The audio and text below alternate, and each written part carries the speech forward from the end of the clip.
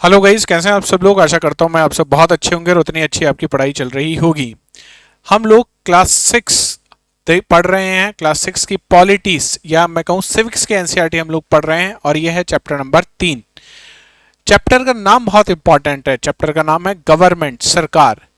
अक्सर हमने ये कहते और बोलते सुना होगा कि मोदी सरकार, योगी सरकार, केंद्र सरकार, राज्य सरकार। आज हम इसको क्लास 6 की सिविक्स के एनसीईआरटी के माध्यम से जानने की कोशिश करेंगे कि ये सरकार या ये गवर्नमेंट किस चिड़िया का नाम है। क्या है ये मोदी सरकार, क्या है ये योगी सरकार, क्या है ये केंद्र सरकार, क्या है ये राज्य सरकार, क्यों है ये सरकार। ये सारे सवालों के जवाब आपको ये चैप्टर देगा।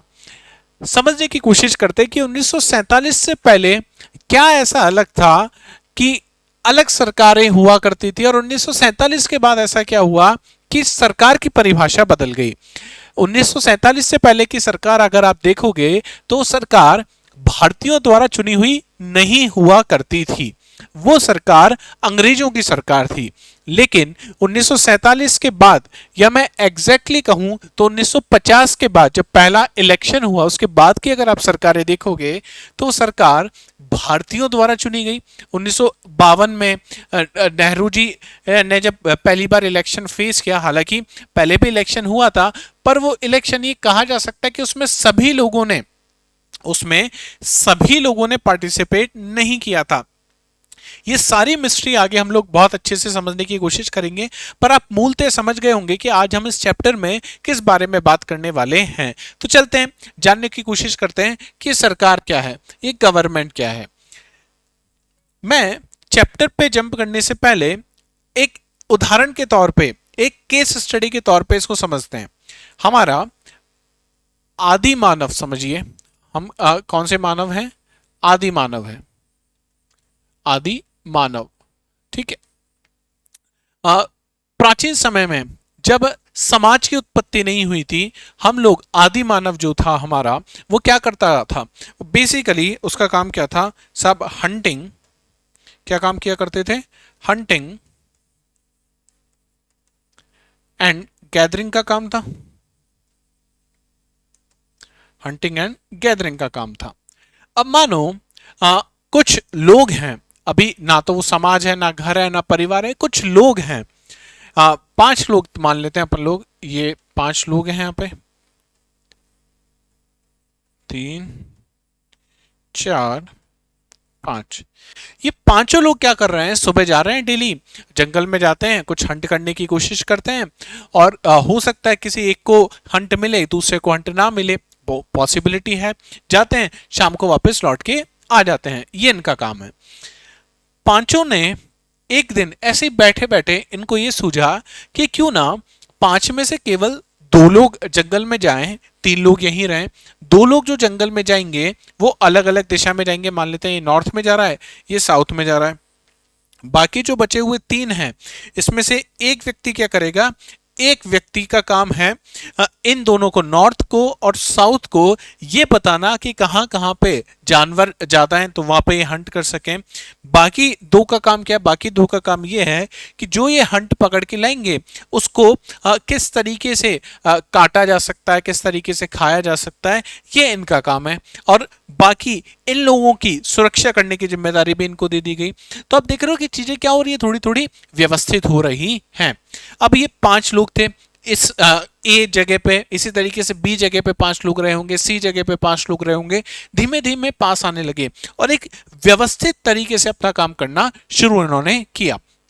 अब व्यवस्थाएं तो बन गई, अब ये व्यवस्थाएं सुचारू रूप से कार्य कर रही हैं या नहीं, ये जो इन्होंने सिस्टम बनाया ये सही तरीके से काम कर रहा है या नहीं, इसको कौन देखेगा। तो इसको देखने के लिए इन्होंने कहा कि भाई हम एक व्यक्ति है, इस व्यक्ति को ये जिम्मेदारी दे देते हैं, ये सब लोग मिलके, कि आप ये चेक करो कि हम सब लोग सही से काम कर रहे हैं या नहीं कर रहे हैं। ऐसा तो नहीं है कि व्यक्ति इसको जाना था जंगल में और ये घर पे बैठ के क्या कर रहा है, नेटफ्लिक्स एंजॉय कर रहा है, ऐसा तो नहीं हो रहा है। ये जिम्मेदारी किसको दे दी गई, ए को दे दी गई। अब धीमे धीमे ए इसके पास क्या आने लगी, इसको व्यवस्थाओं की रिस्पॉन्सिबिलिटी दी गई कि ये सब चीजें सही हो रही हैं या नहीं हो रही हैं। इसके पास ये स्पेशल राइट्स इसको मिलना शुरू हो गए कि ये चीज़ों को बताएगा सही हो रही है नहीं हो रही है। और धीमे धीमे इसी से राजा राजा का पद का सृजन हुआ और किंग से पोजीशन से हम लोग कहाँ पहुंचे, गवर्नमेंट में पहुंचे। तो इस तरीके से शायद सरकार, जिस शब्द को हम कहते हैं सरकार या गवर्नमेंट, वो इस तरीके से यहाँ पे कुछ पैदा हुई होगी। ठीक है, अब हमारी एनसीईआरटी पे आ जाते हैं क्या क्या लिखा हुआ है। पहला शब्द है what is government, what is government. और इस लाइन को समझने की कोशिश करना, every country needs a government to make decision and get things done. The government also has job of protecting boundaries of country and maintaining peaceful relation with each other countries। ठीक है, बाकी सारी जो कंट्रीज है उनके साथ relation, peaceful relation भी maintain करना किसका काम है, सरकार का काम है। इसमें सबसे इंपॉर्टेंट जो शब्द है वो ये है कि every country needs a government. पहली चीज तो ये है कि हर एक देश को, ऐसा कोई देश हो ही नहीं सकता कि वहां पे क्या ना हो, सरकार ना हो। तो सरकार तो हर देश को चाहिए, पहली चीज ये समझ में। क्यों चाहिए सरकार? To make decision at get things done. कामों को करवाने के लिए, कामों को करने के लिए, निर्णय लेने के लिए आपको क्या, किसकी जरूरत है, सरकार की जरूरत है। अगर सरकार नहीं है तो क्या होगा, मानो अज्यूम करो कि भारत में कोई सरकार नहीं है और कोई डिसीजन लेना है। क्या डिसीजन लेना है कि साहब मोहम्मद यूनुस जो है, जो बांग्लादेश के जो भी लीडर हैं, उनके साथ क्या किया जाना चाहिए, कैसे रिलेशन हमको मेंटेन करने। तो क्या होगा कि या तो 140 करोड़ लोगों के पास आप जाओ और हर एक से पूछो कि साहब क्या किया जाए, और तब आप क्या करो, डिसाइड करो। क्या ये पॉसिबल है? नहीं है ना ये पॉसिबल कि 140 करोड़ लोगों के पास हम लोग जाएं और फिर जाके डिसाइड करें। It is not possible. ठीक है, तो इसके लिए हमें क्या, किसकी जरूरत पड़ेगी, सरकार की जरूरत पड़ेगी। इसके लिए हमें गवर्नमेंट की जरूरत पड़ती है। It is responsible for ensuring that all its citizen have enough to eat and have good health facilities. ये सरकार की ही जिम्मेदारी है कि जितने भी लोग देश में रह रहे हैं, देश के जितने भी नागरिक हैं, उन सबको खाना मिले, सिटीजन्स को खाना मिले और साथ ही साथ अच्छी हेल्थ फैसिलिटीज मिले। तो आपने देखा होगा कि भारत सरकार बहुत सारी योजनाएं चलाती हैं, जैसे अंत्योदय योजना है कि भाई गरीब लोगों को भी खाना मिलता रहे, बहुत कम पैसे में खाना दिया जाता है। राशन की शॉप्स होती हैं, उसमें राशन की शॉप्स में बहुत ही कम दाम में क्या दिया जाता है, अनाज दिया जाता है। हेल्थ फैसिलिटीज़ की बात करें तो हमारे पास पीएससीज हैं, पब्लिक हेल्थ क्लिनिक्स हैं, उसमें सरकारी मेडिकल ऑफिसर बैठा हुआ होता है, सरकारी डॉक्टर बैठा हुआ होता है, वो जाके बहुत ही कम दामों में क्या करता है, आपका इलाज करता है। दवाइयाँ बहुत सारी फ्री सरकार ने कर रखी है, आयुष्मान भारत जैसी योजनाएं जिसमें सरकार इंश्योरेंस भी दे रही है। तो ये सारी चीज़ें क्या कर रही है, सरकार आपकी हेल्थ फैसिलिटीज़ को मद्देनजर रखते हुए कार्य कर रही है। ये किसकी जिम्मेदारी है, सरकार की जिम्मेदारी है। अब आप कहोगे कि यार सरकार को ये जिम्मेदारी उठाने का क्या फायदा? तो अब जब मैं आपको अपना संविधान के बारे में बताऊंगा तो हमारे संविधान में लिखा हुआ है कि हमने हमने मतलब हम भारत के लोगों ने ये जिम्मेदारी किसको दी है, सरकार को दी है। इसको बिल्कुल इस तरीके से समझना, मैं बहुत बेसिक सा एग्जांपल लेके बताता हूं। देखो, तो इससे आप सरकार और संविधान दोनों चीजें यहीं पे समझ जाओगे। एक ब्रांड है जिसका नाम है अमेजन। ठीक है, अमेजन एक शॉपिंग साइट है और अमेजन से जो कस्टमर है, कस्टमर क्या करता है, सामान खरीदता है। यही है, अमेजन से सामान खरीदेगा कस्टमर, और कस्टमर इस अमेजन को क्या करेगा, पे करेगा। क्या करेगा, पे करेगा। अब ये एक कस्टमर का नाम हम मान लेते हैं, कोई ए कस्टमर है। ठीक है, ए कस्टमर को क्या खरीद रहा है, उसको मान लेते हैं, उसको आजकल जो ट्रेंड चल रहा है, आईफोन 16 चल रहा है अभी, 16 प्रो मैक्स जो भी आता है, वो किसको खरीदना है, इस कस्टमर को खरीदना है।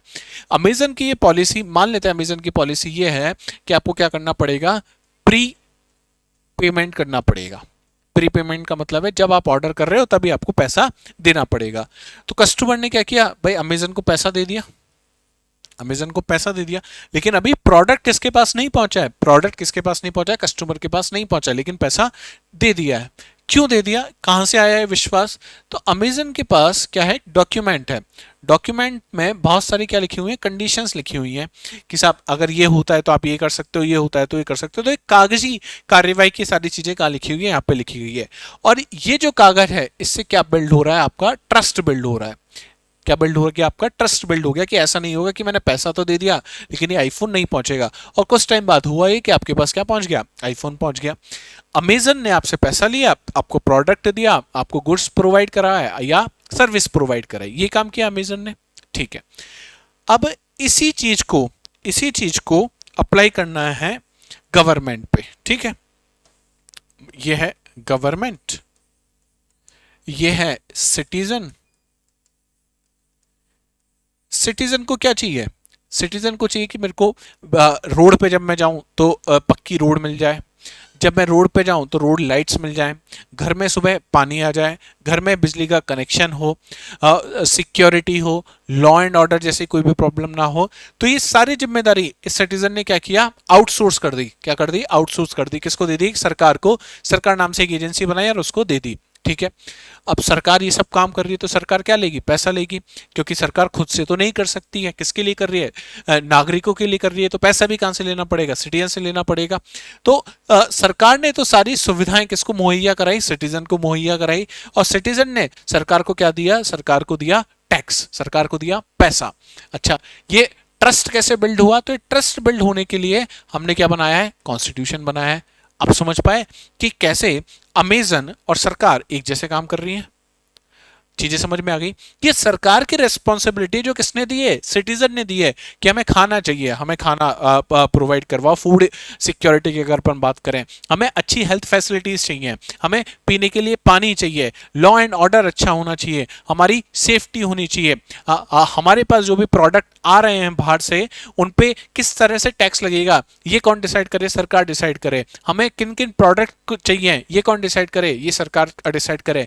भारत में कौन कौन से एप्लीकेशन चलने चाहिए मोबाइल में, ये कौन डिसाइड करे? सरकार डिसाइड करे। तो किसने इतनी सारी पावर दी है सरकार को? हमने दी है। किसने दी है? हमने दी है। अब आप इस लाइन को अच्छे से समझ गए होंगे।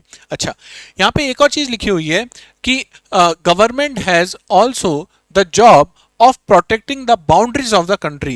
लेकिन आप तो कहोगे साहब ये तो बीएसएफ का काम है, बॉर्डर सिक्योरिटी फोर्सेस का काम है, आर्म्ड फोर्सेस का काम है, देश की जो बाउंड्री उसको सिक्योर करना। यहाँ पे सरकार कैसे आ गई? अच्छा, अब इसको थोड़ा सा साइड में रखते हैं, फिर समझ में आ जाएगा आपको कैसे। मान लो कि आप में से कोई भी व्यक्ति सीएपीएफ का एग्जाम देता है, यूपीएससी जो कंडक्ट करा रही है, और सीएपीएफ का एग्जाम देने के बाद आप किस में सेलेक्ट हो गए? बीएसएफ में सेलेक्ट हो गए एज ए असिस्टेंट कमांडेंट। ठीक है, अच्छा, इससे पहले आप क्या कर रहे थे? इससे पहले आप एक सॉफ्टवेयर इंजीनियर थे। कहाँ पे? टीसीएस कंपनी में। ठीक है, तो आप क्या कहोगे कि टीसीएस में मैं एक प्राइवेट एम्प्लॉय था और जैसे ही मैंने एग्जाम पास किया तो मैं कौन सा एम्प्लॉय बन गया? मैं गवर्नमेंट एम्प्लॉय बन गया, मैं सरकारी क्या बन गया? सरकारी अधिकारी बन गया हूं। हाँ या ना? इसका मतलब वो जो जॉब है उसका पेमेंट कौन दे रहा है? सरकार दे रही है। तो आप किसके बाशिंदे हो? आप वहां पे किसकी तरह से खड़े हो? आप इंडिविजुअल नहीं हो, आप सरकार की तरफ से वहां पे खड़े हो। तो ये किसकी जिम्मेदारी हो गई? ये सरकार की जिम्मेदारी हो गई है। तो सरकार की जिम्मेदारी है कि ऑपरेशन सिंदूर में कौन सा प्लेन जाएगा, मिराज जाएगा या मिग जाएगा, कौन डिसाइड करेगा? सरकार डिसाइड करेगा। किसने जिम्मेदारी दी है? मैंने और आपने ये जिम्मेदारी सरकार को दी है। When there are natural disasters like tsunami or earthquake, it is the government that mainly organize aid and the assistance for the affected people. भाई आप जैसे मान लेते हैं कि सुनामी आ गई, जैसे 2004 की सुनामी याद करो, या गुजरात का भूकंप याद करो, या अभी बहुत लेटेस्ट अगर अपन बात करें तो हिमाचल प्रदेश में या उत्तराखंड में अभी आप देख रहे हो मानसून का सीजन चल रहा है, बहुत सारी लैंडस्लाइड की दिक्कतें हो जाती हैं।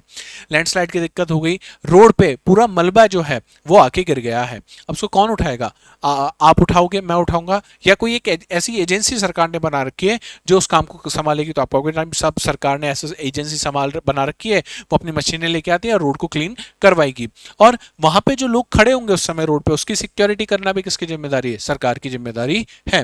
If there is a dispute और if someone has committed a crime, you find people in a court. Rules have to be made that apply to everyone. Government do this on the behalf of their people. भाई अगर ये सब चीजें नहीं हो रही है तो कहाँ जाएं हम लोग? सरकार ने प्रॉमिस तो कर दिया कि मैं करूंगी, लेकिन सरकार ये काम नहीं कर रही है, तो कहाँ पे जाएं? तो आपको जाना होगा कोर्ट में। कहाँ जाना होगा? कोर्ट में। कोर्ट को कोई पावर किसने दी? कोर्ट को भी पावर किसने दी है? हमने दी है। अगर दो राज्य, मानो राजस्थान और हरियाणा के बीच में कोई वाटर डिस्प्यूट आ गया, तो इसका फैसला भी कौन करेगा? तो इसका फैसला भी आप देखो कि ट्रिब्यूनल्स होते हैं, वो डिसाइड करते हैं। तो ये सब व्यवस्थाएं जो बनाई हुई है, ये लिखी तो कहाँ है? ये लिखी तो है संविधान में, वो ट्रस्ट बिल्ड करने के लिए। और वो संविधान लिखने की शक्ति भी किसने दी थी? वो पावर भी हम ही लोगों ने दी थी। इसीलिए संविधान की प्रेम्बल के पहले शब्दों को आप पढ़ोगे, क्या लिखा हुआ है? We the people of India, हम भारत के लोग। हम भारत के लोग लिखा हुआ है। और आखिरी में जब आप पैरा पढ़ोगे तो लिखेगा रहेगा कि हमने ये शक्ति दी कि भारत की संविधान सभा जो है वो इस संविधान को क्या कर सके? अंगीकृत कर सके। ये hereby enact adopt in, ये किसने पावर दी है? ये सिटीजन ने पावर दी है। किसको? उस कॉन्स्टिट्यूएंट असेंबली को दी है। तो आप समझ पा रहे हो कि सरकार क्या है, संविधान क्या है और सिटीजन क्या है। ठीक है, यहां तक सारी चीजें समझ में आ गई। अब गवर्नमेंट का मतलब सुप्रीम कोर्ट भी हो गया, गवर्नमेंट का मतलब इंडियन रेलवे भी हो गया, और गवर्नमेंट का मतलब भारत पेट्रोलियम भी हो गया। भाई ये पीएसयू है तो आप कहोगे सरकारी कर्मचारी है, रेलवे सरकारी है, रेलवे में अगर नौकरी लगी तो क्या कहोगे कि कहाँ की नौकरी लगी है? सरकारी नौकरी लग रही है। सुप्रीम कोर्ट के जज बन गए तो किस पद पे आसीन हो? सरकारी पद पे तो आसीन हो। एमएलए बन गए, एमपी बन गए। अब हालांकि अब आगे आप पढ़ोगे कि ये सब क्या पद माने जाएंगे या नहीं माने जाएंगे, ऑफिस ऑफ प्रॉफिट की हम कहानी आगे पढ़ेंगे पॉलिटी में, लेकिन वो सब चीज क्या है? गवर्नमेंट है। तो मुख्यतः गवर्नमेंट के आप कहोगे सब तीन ऑर्गन होंगे। कितने ऑर्गन है? तीन ऑर्गन है। कौन कौन से? लेजिस्लेचर है, एग्जीक्यूटिव है और जुडिशियरी है। सरकार का काम क्या होगा? सरकार का काम है सब कानून बना लिया, तो कानून बनाने का काम कौन करेगा? लेजिस्लेचर को दे दिया, भाई आप क्या करो? कानून बनाओ। अब वो कानून बन गया, कानून को लागू कौन करवाएगा?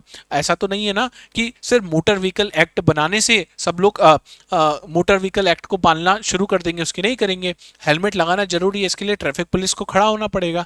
तो पुलिस क्या कर रही है? पुलिस वो कानून को मनवा रही है। तो पुलिस किसका पार्ट है? पुलिस भी सरकार का पार्ट है, और पुलिस एग्जीक्यूटिव का पार्ट है जो कानून को मनवा रहा है। और इस लेजिस्लेचर या एग्जीक्यूटिव में कुछ भी दिक्कत होती है या इनसे कुछ गलती हो जाती है तो एक सबको कहां जाना पड़ेगा? सबको जाना पड़ेगा कोर्ट में या जुडिशरी में। समझ में? सरकार के ऑर्गन्स क्या क्या है? लेजिस्लेचर, एग्जीक्यूटिव और जुडिशरी। ठीक है। लेवल्स ऑफ, अब बात करें सरकार के क्या लेवल्स भी होते हैं? बिल्कुल लेवल्स होते हैं। सरकार आपके आसपास, आपने सुना होगा पार्षद है, आपके आसपास पंच है, सरपंच है। ये कौन है? ये लोकल लेवल की गवर्नमेंट है, जिसमें अगर आप गांव में हो तो आपको पंचायत देखने को मिलेगी, अगर आप शहर में हो तो म्यूनसिपालिटीज आपको देखने को मिलेगी। तो ये जो एकदम बेसिक लेवल है इसे कहा जाता है लोकल गवर्नमेंट। इसके बाद ऊपर आपको मिलेगा राज्य सरकार। जैसे योगी आदित्यनाथ की बात करें या भजन लाल शर्मा की बात करें तो मुख्यमंत्री हैं। मुख्यमंत्री कहां देखने को मिलेंगे आपको? राज्य में देखने को मिलते हैं। और इसके बाद सबसे ऊपर आपको कौन देखने को मिलेगा? केंद्र सरकार देखने को मिलेगी, मोदी जी देखने को मिलेंगे, अमित शाह देखने को मिलेंगे। तो इस तरीके से ट्रायंगल बन रहा है कि भाई हर लोकल स्टेट पे भी आपके पास गवर्नमेंट है, स्टेट पे भी है, और पूरे इंडिया की भी गवर्नमेंट है, जिसे इंडियन गवर्नमेंट कहा जाता है नेशनल लेवल पे, जो किसका काम करेगी? पूरे कंट्री से रिलेटेड। भाई भारत पाकिस्तान से कोई भी रिलेशन की बात करनी है तो क्या लोकल लेवल की गवर्नमेंट कर सक पाएगी? नहीं कर पाएगी। तो उसको कौन देखेगा? नेशनल लेवल या सेंट्रल लेवल की जो गवर्नमेंट है वो देखेगी। स्टेट में किस तरह से योजनाएं होनी चाहिए? क्या केरल में जो योजना है वही मैं राजस्थान में लागू कर दूं? नहीं किया जा सकता ना। तो केरल और राजस्थान में क्या डिफरेंस होगा? ये वहां का स्टेट गवर्नमेंट डिसाइड करेगी। अच्छा, गांव में नाली बननी है, ये कौन डिसाइड करेगा? गांव में रोड बननी है, ये वहां की लोकल लेवल की गवर्नमेंट डिसाइड करेगी। Laws and the government. The government makes laws and everyone who lives in the country has to follow these. This is the only way government can function. अगर मानो कि हम ऐसा कोई देश है जिसने क्या करा, जिसने सरकार ने जो भी आदेश दिया उसको मानने से मना कर दिया, तो क्या वो देश चल पाएगा सुचारू रूप से? आप कहोगे साहब नहीं चल पाएगा। क्यों नहीं चल पाएगा? कि भाई सरकार के पास अभी पावर ही नहीं रही कि वो अपने सिटीजन से क्या करवा सके, जो कानून बन रहे हैं उनकी पालना करवा सके। तो वो पालना करवाने का काम भी किसका है? सरकार। इसीलिए सरकार का दूसरा जो ऑर्गन है क्या काम करवाता है? कानून की पालना करवाता है, एग्जीक्यूटिव काम करवाता है। Just like the government has the power to make decision, similarly it has power to enforce it decision. ये काम कर लिया लेजिस्लेचर ने कानून बनाने का, इन्फोर्स करवाने का काम कौन करेगा? एग्जीक्यूटिव करेगा। In addition to any action that government can take, there are also steps that people can take if they feel that a particular law is not being followed, he और she may approach the court. अगर देखा कि साहब हमें तो article 21 में कहा गया है कि आपको जीने का अधिकार है, और जीने के अधिकार में मेरे को ये भी चाहिए कि मैं शुद्ध हवा में सांस ले सकूं, और ये जो अधिकार है ये अधिकार किसको मिले? ये सिटीजन को मिले, नागरिकों को मिले। किसने दिए? सरकार ने दिए। अब अगर शुद्ध हवा नहीं मिल रही तो कहाँ जाऊंगा मैं? तो आप जाओ सीधे कोर्ट में, कोर्ट आपकी बात सुनेगा और सरकार को क्या देगा? सरकार को उचित निर्देश देगा। तो ये काम हो गया जुडिशरी का। तो 3 ऑर्गन्स आपको देखने को मिल गए गवर्नमेंट के, लेजिस्लेचर, एग्जीक्यूटिव और जुडिशरी। Types of government. अब गवर्नमेंट के बहुत टाइप्स हो सकते हैं, जैसे हमने 1947 से पहले का भारत और संविधान लागू होने के बाद का भारत देखा। बाद में हम कह रहे हैं कि हम क्या है? डेमोक्रेटिक गवर्नमेंट है। डेमोक्रेटिक का मतलब क्या है? डेमोक्रेसी। डेमो का मतलब क्या है? डेमो का मतलब है लोग, और ऐसी सरकार जो लोगों ने चुनी है वो कौन सी सरकार होगी? डेमोक्रेसी की सरकार हो गई। और पहले कौन आपकी सरकार को चूज कर रहा था? अंग्रेज का राजा, अंग्रेजों का जो राजा है या जो क्वीन है वो डिसाइड कर रही थी कि भारत में कैसा शासन होगा, कैसी सरकारें होंगी। तो वो कौन डिसाइड कर रहा है? राजा डिसाइड कर रहा है। तो उस फॉर्म ऑफ गवर्नमेंट को हम क्या कहते हैं? मोनार्की कहा जाता है। In a democracy it is the people who give the government this power, they do this through the elections. हम लोग क्या करते हैं? हम लोग वोट देते हैं इलेक्शंस में और हम डिसाइड करते हैं कि मोदी जी अगले प्रधानमंत्री बनेंगे या नहीं बनेंगे। Government has to explain its action and defends its decision to the people. भाई मोदी जी ने ऑपरेशन सिंदूर किया, ऑपरेशन सिंदूर कैसे बंद हो गया? अब ये मोदी जी कहाँ बताएंगे? लोकसभा में बताएंगे, राज्यसभा में बताएंगे, उसके बाद जहां जहां भाषण होंगे वहां वहां बताएंगे। अगर आपको लगता है कि वो चीज सही थी तो आप क्या करोगे? नेक्स्ट टाइम भी मोदी जी को वोट दोगे। और लगता है कि नहीं यार चीजें मेरे अकॉर्डिंग सही नहीं थी, तो हर व्यक्ति को यह अधिकार है कि क्या कर सकता है? वो अपने मताधिकार का प्रयोग कर सकता है, इलेक्शन में अपने वोटिंग राइट का यूज कर सकता है। अब मोनार्की क्या है? द मोनार्क, किंग और queen, has the power to make decision and run the government. यहाँ पे उस मोनार्क को, उस किंग को या उस क्वीन को एक्सप्लेन करने की जरूरत नहीं है जनता को कि मैंने डिसीजन क्यों लिया। लेकिन डेमोक्रेसी में जनता सवाल पूछ सकती है किससे? लीडर से, कि आपने डिसीजन क्यों लिया है।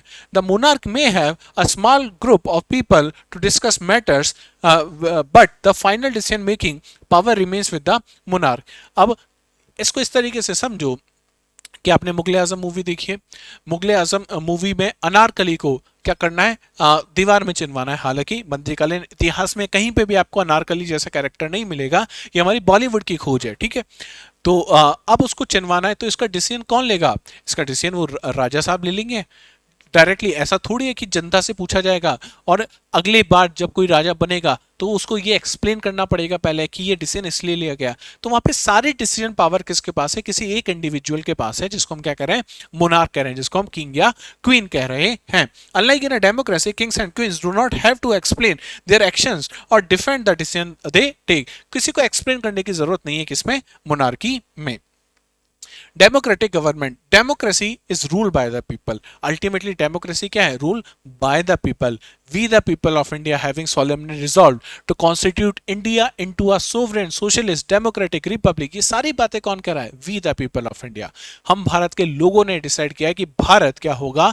सोवरेन होगा, सोशलिस्ट होगा, सेक्युलर होगा, डेमोक्रेटिक होगा, रिपब्लिक होगा। किसने डिसाइड किया? हम लोगों ने डिसाइड किया है। हमने ये शक्ति दी हमारी संविधान सभा को कि आप ये संविधान लिखो, नहीं तो संविधान सभा खुद से संविधान नहीं लिख सकती है, ठीक है। तो democracy is ruled by the people. The basic idea is that people rule themselves by participating in making these rules. जनता खुद कैसे डिसाइड करे कि रूल्स कैसे होने चाहिए। तो हमने क्या किया? हमने एक मेथड बना लिया। कैसे मेथड बना लिया? कि 10 लोग हैं, अब 10 लोगों की बात कोई मान रहा है तो वो एक बंदे को उन 10 की जगह हमने भेज दिया। मतलब मान लेते हैं पूरे राजस्थान में से, अब पूरे राजस्थान के लोगों को तो हम लोग लोकसभा या राज्यसभा में नहीं भेज सकते, तो क्या करना पड़ेगा? राजस्थान में से कुछ रिप्रेजेंटेटिव उन लोगों ने चूज करके कहां भेज दिए? लोकसभा राज्यसभा में भेज दिए, ताकि उनकी बात डायरेक्टली कहां पहुंच जाए? लोकसभा में पहुंच जाए। In representative democracies, people do not participate directly, but instead choose their representative through an election system या process. These representative meet and make decision for the entire population. These days, a government cannot call itself democratic unless it allows what is known as universal adult franchise. अब एक और शब्द आ गया universal adult franchise. इसका मतलब क्या है? भारत में कोई भी 18 साल से ऊपर है, चाहे वो पुरुष है या महिला है, हिंदू है, मुसलमान है, क्रिश्चियन है, बुद्ध है, जैन है, जूइश है, कोई भी व्यक्ति केवल क्या होना चाहिए, उसको भारत का नागरिक होना चाहिए। अगर वो भारत का नागरिक है और 18 साल से ऊपर का है, चाहे पुरुष हो, महिला हो, ट्रांसजेंडर हो, कोई भी हो, वो क्या कर सकता है, अब उसके पास मतदान का अधिकार है। और ये बात आपको शायद आज ये समझ में नहीं, आपको बहुत छोटी सी बात लगे कि मतदान का अधिकार बहुत बड़ा अधिकार थोड़ी है, लेकिन आपको शायद जान के चौक पाओगे आप कि यूएसए में भी और इवन यूके में भी जब ये मताधिकार देने की बात हुई थी तो पहले मताधिकार केवल पुरुषों के पास हुआ करता था। अंग्रेज ब्रिटिश इंडिया की अगर अपन बात करें तब ये मताधिकार केवल धनी व्यक्तियों के पास हुआ करता था, जिनके पास क्या है, बहुत सारा पैसा है। हर व्यक्ति क्या नहीं कर सकता था, वोटिंग प्रोसेस में पार्टिसिपेट नहीं कर सकता था। अब अगर आप वोटिंग प्रोसेस में पार्टिसिपेट ही नहीं कर सकते हो तो सरकार आपके लिए ना तो अकाउंटेबल होगी, ना सरकार से आप कोई क्वेश्चन कर पाओगे। तो इसलिए यूनिवर्सल एडल्ट फ्रेंचाइज बहुत ही इंपॉर्टेंट है। याद रखना ये जो यूनिवर्सल एडल्ट फ्रेंचाइज है इंडिया में, ये केवल सिटीजन को दिया गया है। In India there before independence only a small minority was allowed to vote and they therefore can not together to determine the fate of the majority. ठीक है, ये जब आप कॉन्स्टिट्यूएंट असेंबली की आलोचना आप पढ़ोगे ना कि क्या क्या नेगेटिव पॉइंट थे कॉन्स्टिट्यूशन असेंबली में, तो वापस से पॉइंट आएगा। हालांकि उसका काउंटर हम लोग वहां पे करेंगे कि अंग्रेजों ने खुद नहीं क्या किया था, वोटिंग राइट्स बहुत कम लोगों को दिए थे, और बहुत कम लोगों के पास अगर वोटिंग राइट्स हैं तो कैसे बाकी सब लोग क्या कर पाते, उस वोटिंग प्रोसेस में पार्टिसिपेट कर पाते। जैसे ही हमारे पास ये चीजें आई कि अब हम डिसाइड करेंगे कि इलेक्शन कैसा होगा, तो हम लोगों ने क्या किया, सभी लोगों को यूनिवर्सल एडल्ट फ्रेंचाइज के तहत सभी लोगों को क्या कर दिया कि आप सब वोटिंग प्रोसेस में पार्टिसिपेट कर सकते हो। Several people including Gandhi ji were shocked at the unfairness of the practice and demanded the all adults have the right to vote. This is known as universal adult franchise. तो universal adult franchise का मतलब सीधा सीधा से ये है कि every adult का मतलब अभी हम क्या मानते हैं भारत में 18 साल से ऊपर, तो सभी 18 साल से ऊपर के व्यक्ति को क्या करने का अधिकार है, इलेक्शन में वोट देने का अधिकार है, राइट है।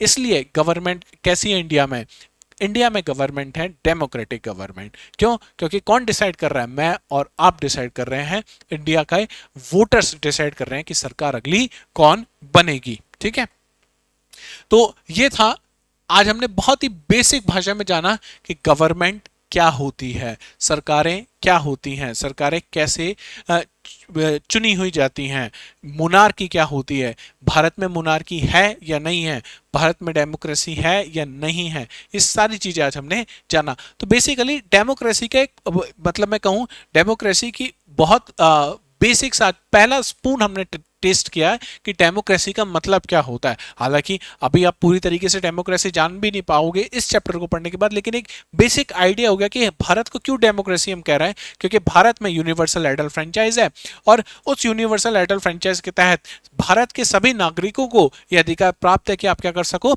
वोटिंग जो प्रोसेस है उसमें पार्टिसिपेट कर सको। तो ये बात हुई डेमोक्रेसी की इंडिया के रेस्पेक्ट में।